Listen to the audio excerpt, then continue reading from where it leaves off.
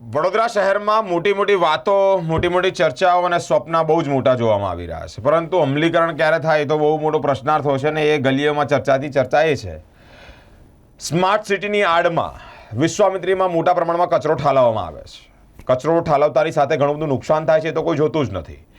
અહીંયા મગરો વસવાટ કરે છે. વર્ષોથી આપણને સૌને ખ્યાલ છે કે મગરોને આપણને ભેટ છે અને વિશ્વામિત્રીમાં મગરો છે.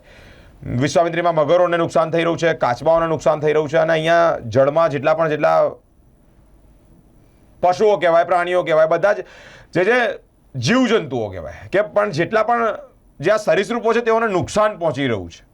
તો હવે એનું નિરાકરણ ક્યારે? વડોદરામાંથી પસાર થતી વિશ્વામિત્રી નદીમાં વર્ષોથી મગર અને કાચબાઓ વસવાટ કરે છે. આસપાસમાં વસ્તી થઈ જતાં જ નદીઓમાં કચરો નાખવામાં આવે છે, દૂષિત પાણી છોડવામાં આવે છે. પાણી ગંદકીને કારણે મગરો અને કાચબાઓને નુકસાન તેમજ વિશ્વામિત્રી નદી પ્રદૂષિત થઈ રહી છે. વિશ્વામિત્રી નદીમાં ભાગ્યે જ જોવા મળતા મગરના હુમલાનો વિડીયો સામે આવે છે. વહેલી સવારે મગર નદી કિનારે આવે છે. એક શ્વાનને પોતાનો બ્રેકફાસ્ટ બનાવી લીધો છે. વડોદરામાંથી પસાર થતી આ વિશ્વામિત્રી નદી, અહીંયા મગર વર્ષોથી વસવાટ કરે છે, પરંતુ માણસો દખલગીરી કરવાને કારણે પરિસ્થિતિ વિકટ છે. શિયાળો પૂર્ણ થાય, મગરને પ્રજનન કાળ હોય ત્યારબાદ માર્ચથી જૂન મહિના સુધી ઈંડા મૂકે છે. આ દરમિયાન મગર પોતાનું આશ્રય સ્થાન, ઈંડા અને બચ્ચાને બચાવવા માટે માનવ પર હુમલો કરતા જ હોય છે.